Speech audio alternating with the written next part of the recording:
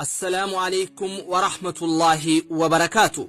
ورتل القرآن ترتيلا. الرجالان خيسا نما قرآن ربي برتي برسيسي لجان إرجمان ربي صلى الله عليه وسلم. أدو قمت شيسا والدرقمي يخان مسابقة قرآنا نموته قرآن تجويدا برتني تمرانيف خرات تيك توكين قويا سبتي قويا دي دمي توربا قلقلة mana ustaz Abu Sabraddiinitti gaggeeffamuudhaaf qophiin xumuramee jira.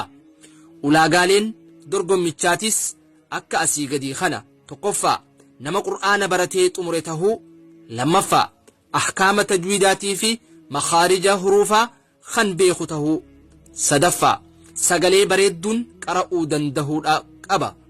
Kanaaf namni dorgomuu fedhii qabu karaa liinkii kanaan telegiraama seenee sagalee isaa qur'aanaan daqiiqaa 2 kan hin caalle if waraabee haa ergu. Namoota sadarkaa takkaffaa hanga 3 bahaniif badhaasni addaa kan qophaa'ee jiruudha.